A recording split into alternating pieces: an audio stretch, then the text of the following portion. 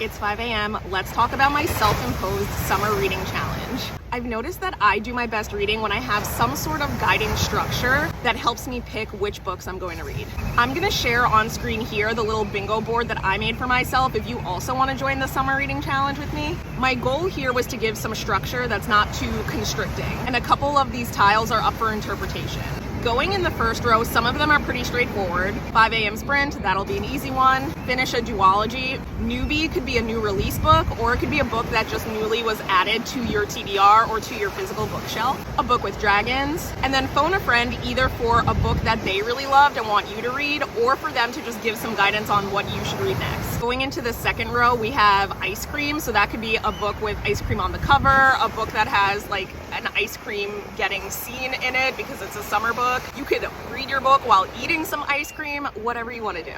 Camp, also up for interpretation. It could be a camp setting, or the book could just be campy, you know what I mean? 300 plus pages, nonfiction book. You know I love a foodie book. Books about chefs, books about food, books about restaurants, fiction or nonfiction. Next up, I had to throw it back to my short kings. So a book that's at or around 150 pages. Reading a book at sunset, or maybe a book with sunset on the cover. Free space, beach read, so either a book that is kind of quote unquote a beach read, or a book that you're reading at the beach.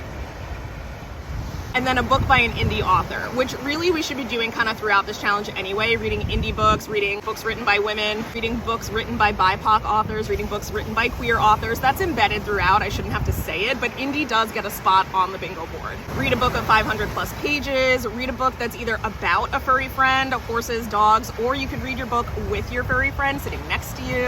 Out of this world, take it however you mean.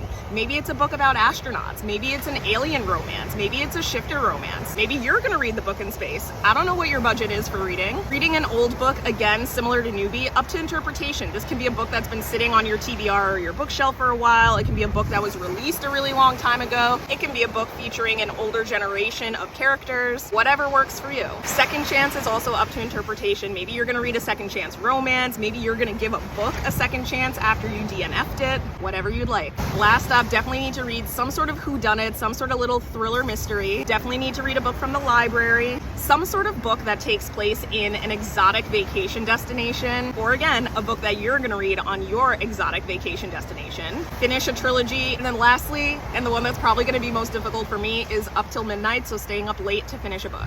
Let me know if you plan on taking part in this reading challenge. Let me know if we should do like weekly accountability check-ins. Let me know if we should do like a group pizza party if everybody gets bingo in some way on the board. And I hope you have a fabulous month of reading.